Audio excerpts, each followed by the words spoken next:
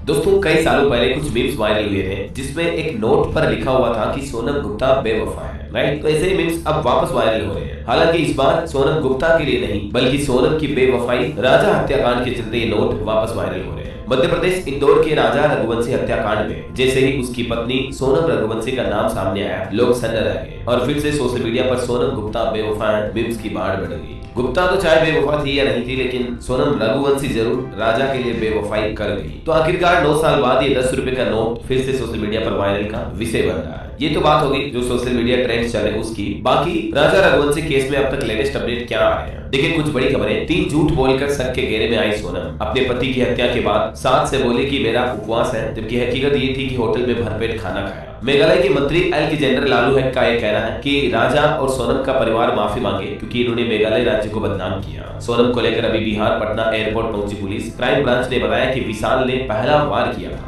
MP Indore में आरोपी विशाल के घर पर रेड भी डाली गई और 4 आरोपियों को जो अभी पकड़ा गया है उनकी तस्वीरें भी आप देख सकते हैं। अब इस मामले में जो कुछ खुलासे सामने आ रहे हैं दोस्तों, हैरान कर देंगे आपको। 5 जैसे बड़े सबूत जो ये बताते हैं कि आखिरकार मर्डर करने वाली उसकी पत्नी ही थी या कोई और पत्नी पुलिस वालों को एक नई अलग ही कहानी सुना रही है। देखिए कुछ ग्राउंड रिपोर्ट सामने आ रही है कि सोनम के सामने ही हुआ था पति राजा का मर्डर। चीख कर कहा था कि मार दो इसे। हत्या के बाद अकेले असम की गुवाहाटी पहुंची और फिर उत्तर प्रदेश गाजीपुर आई। सोनम ने ही हत्या कराई। आखिर ये बात कैसे तय कर सकती है पुलिस? पुलिस के खुलासे पर 6 बड़े सवाल उठ रहे हैं और ये भी बताया जा रहा है कि क्या इस मामले की सीबीआई जांच होगी, क्योंकि सीबीआई जांच को लेकर बड़े मंत्रियों तक भी बात पहुंच चुकी है। इस पर क्या लेटेस्ट अपडेट आ रहा मैं आपको बताऊंगा। इधर देखिए, राजा की हत्या करने वाली सोनम पर भड़की बॉलीवुड एक्ट्रेस कंगना रनौत भी कहा कि औरत शादी के लिए मना नहीं कर सकती है, लेकिन निर्मम हत्या की योजना बना सकती है। और अब इस मामले के जो कुछ लेटेस्ट खुलासे सामने आ रहे हैं उनमें पता चला कि सोनम ने ही उन आरोपियों के ट्रेन के टिकट बुक करवाए थे जो मेघालय पहुंचे थे। प्रेमी राज इंदौर स्टेशन से लौट गया था। 3 आरोपियों से बोली कि काम हो जाना चाहिए। आइए दोस्तों इस क्राइम स्टोरी को थोड़ा डिटेल में समझते हैं और 5 ऐसे बड़े सबूत जो कि सोनम रघुवंशी को फंसा रहे हैं, आइए पता करते हैं। अब तक की कहानी में हमने देखा कि 11 मई 2025 को इंदौर के राजा रघुवंशी की सोनम से अरेंज मैरिज हुई और दोनों ने 9 दिन बाद 20 मई को हनीमून के लिए नॉर्थ ईस्ट जाने का प्लान बनाया। 23 मई की दोपहर राजा और सोनम ने अपने परिवार से आखिरी बार फोन पर बातचीत की। उसके बाद दोनों लापता हो गए। सोनम ने अपनी सास यानी राजा की माँ से बात की, चैट की। माँ ने पूछा कि बेटा अभी तुम कहाँ हो? तो सोनम कहती है कि झरना देखने गए थे। माँ कहती है कि सांस फूल रही है ना? तो वो कहती है कि हाँ दम फूल रहा है, बाद में बात करती है। इसी सिलसिले में इस दिन के बाद उनके परिवार वालों से उनकी कभी बात नहीं हो पाती है। समय आगे बढ़ता है और 2 जून को पुलिस ने वे साउंडन फॉल्स के नीचे एक घाटी में राजा का आधा सड़ा हुआ शव बरामद किया। हालांकि उस वक्त तक भी पत्नी सोनम का कोई सुराग नहीं मिल सका था। दोस्तों माफी चाहूंगा, थोड़ा जुकाम होने की वजह से आवाज में आपको दिक्कत आ रही होगी, ठीक हो जाएगा आजकल में, है ना। अच्छा, तो उसके बाद इस मामले की जांच मेघालय पुलिस शुरू कर दी है और तभी हमें पता चलता है कि कल 9 जून को अचानक मेघालय पुलिस ने दावा किया कि उसने गायब हनीमून कपल का केस सोल्व कर लिया है। मेघालय की डीजीपी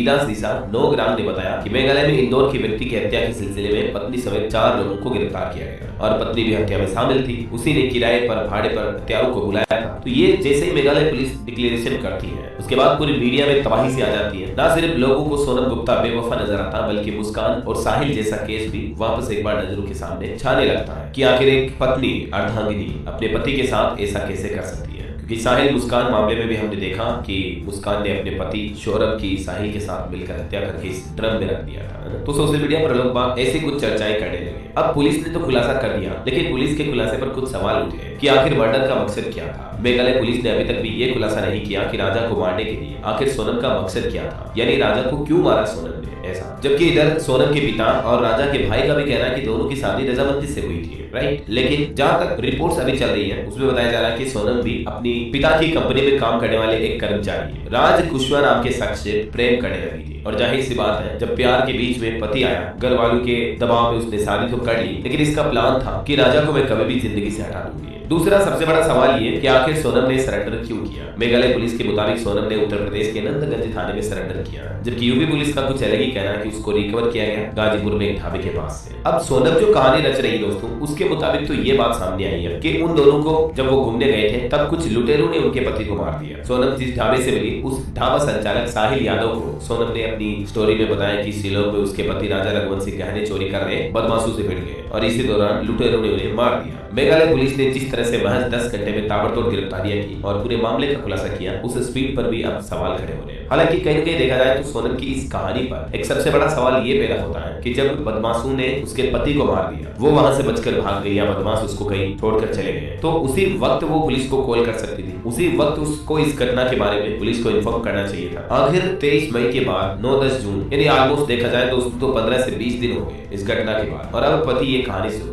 पत्नी ये कहानी सुना रही है। कहीं से आपको सच लग रही है क्या बात? वो तो ठीक है, ये पकड़ में आ गई, अगर 1 महीना और पकड़ में नहीं आती तो 1 महीना बाद ये स्टोरी सुनाती। तो सोनम रघुवंशी की कई ऐसी बातें हैं जो पुलिस को शक के घेरे में बढ़ती जा रही लेती जा रही है। इधर राजा की माँ का भी कहना है कि सोनम हनीमून पर जाने पर अड़ी थी, उसने खुद टिकट बुक कराए अपने और उसके पति के। आखिर सोनम पर शक क्यों गहरा है, इसके कुछ पॉइंट्स देखिए आप। वहीं मेघालय शिलोंग के गाइड के मुताबिक भी उसने पुलिस को बताया कि उसने इन दोनों कपल के साथ 3 और हिंदी भाषी लोगों को जाते देखा, और सोनम किसी को तो लोकेशन भी बता रही थी। गिरफ्तारी आरोपी राज कुशवाहा और सोनम पुराने जानने वाले हैं, दोनों के बीच अफेयर की भी खबरें हैं। और सोनम की कहानी के मुताबिक जब अगर लुटेरे ने राजा को मार दिया लेकिन सोनम को एक खरोच भी नहीं आई, आखिर वो अपने नए नवीले पति को बचाने की कोशिश तो करती, उसको भी थोड़ी बहुत चोटें तो आती, लुटेरे उसको भी कम से कम धक्का मार के नीचे तो गिराते, सर में चोट आती गई, मतलब ऐसे खड़ी खड़ी देख रही है उसके पति को मार रहे हैं, तो वो बात हो गई। इसके अलावा दोस्तों पोस्टमार्टम रिपोर्ट में भी राजा की रिपोर्ट में खुलासा हुआ कि जो मर्डर किया गया है पूरा प्री प्लान था और उसे बेहद करीब से अंजाम दिया गया। तो ये कई सारे ऐसे फैक्ट और पॉइंट है जो सोनम पर शक को गहरा रहे हैं। हालांकि केवल शक या सोनम के खुद के कन्फेस कर जाने के बावजूद भी ये केस इतना इजी नहीं रहने वाला है, क्योंकि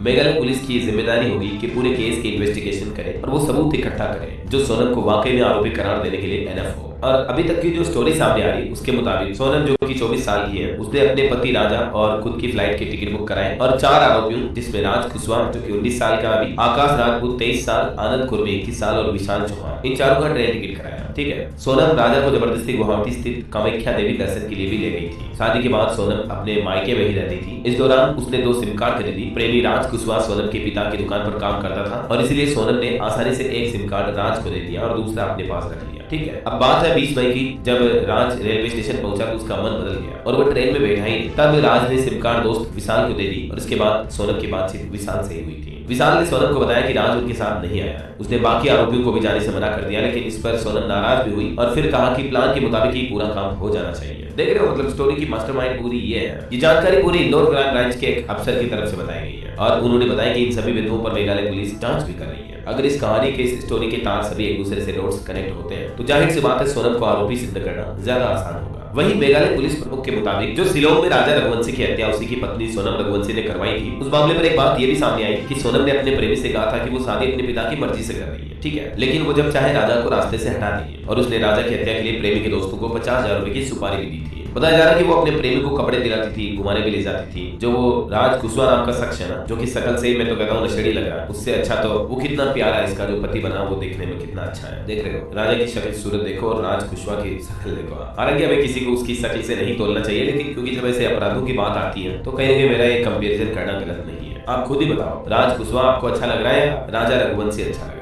तो वो उल्टा अपने प्रेमी राज कुशवाहा के ऊपर खर्चा करती थी अच्छे से। और अब पता चला कि आरोपी राज से बोले कि हम घूम कर आ जाएंगे, जब वो मेघालय शिलोंग गए थे, लेकिन वो सोनम के इशारे का इंतजार कर रहे थे। जब आरोपियों ने राजा रघुवंशी की हत्या करने से मना कर दिया, इनकार कर दिया, ठीक है, तो इस मामले में एक और खुलासा आ रहा है कि सोनम ने उनको कहा कि मैं और ज्यादा पैसे दूंगी, लाखों रुपए दूंगी, लेकिन मारना पड़ेगा। 23 मई को सोनम फोटोशूट के बहाने पहाड़ी कोरसा इलाके में राजा को ले गई। रास्ते में तीनों आरोपी भी राजा से मिले। इन्होंने राजा से हिंदी में बात की और साथ चल दिए। इस घटना को लूट जैसा दिखाया गया, जहां आसपास कोई सीसीटीवी कैमरा नहीं था, जंगल था, ताकि आसानी से केस का खुलासा न हो, पकड़ में जाए, है ना। और ये भी बताया एक गार्ड ने कि हत्या से पहले सोनम ने अपनी सास को यानी राजा की मां को कॉल किया था और फिर इशारा किया था आरोपियों को राजा को मारने का। ये वो आखिरी बातचीत की ट्रांसक्रिप्शन है जो आप देख सकते हैं, जो सोनम और उसकी सास के बीच हुई। अब बताया जा रहा कि सोनम जब उस लोकेशन पर पहुंची तो राजा से कहा था कि फोन बंद कर दो, और राजा ने भी सोनम की बात मानकर मोबाइल फोन बंद कर दिया। इसके बाद सोनम उसे घने जंगल वाली जगह पर ले गई। मौका मिलते ही तीनों आरोपियों ने राजा पर हमला कर दिया और हत्या कर शव को रेलिंग से नीचे खाई में फेंक दिया। ये अभी तक पूरी क्राइम स्टोरी का सारांश सामने आया। 25 किलोमीटर तक 2 मोपेड के साथ फिर सोनम आगे बढ़ जाती है और आरोपी जो है हत्या के बाद वहीं घूमते रहे। ये इस केस की अब तक की पूरी टाइमलाइन आप देख सकते हैं स्क्रीन पर। अब सबसे बड़ा सवाल ये कि क्या इस हत्याकांड की सीबीआई जांच होगी? तो कहीं न कहीं मध्य प्रदेश के मुख्यमंत्री और कई बड़े मंत्रीगण भी, केंद्रीय कृषि मंत्री और पूर्व मुख्यमंत्री शिवराज सिंह चौहान ने भी पीएम मोदी को लेटर लिखकर इस मामले की सीबीआई जांच का आग्रह किया है। वैसे आपका क्या ख्याल है दोस्तों इस घटना को लेकर? आपकी राय विचार कमेंट करके बताइएगा जरूर। इस वीडियो को लाइक और शेयर करना, डीएलएस न्यूज चैनल को सब्सक्राइब करके बेल आइकन जरूर दबा देना रोजाना की बड़ी खबरें, मुख्य समाचार देखते रहने के लिए। जय हिंद, जय भारत, वंदे मातरम।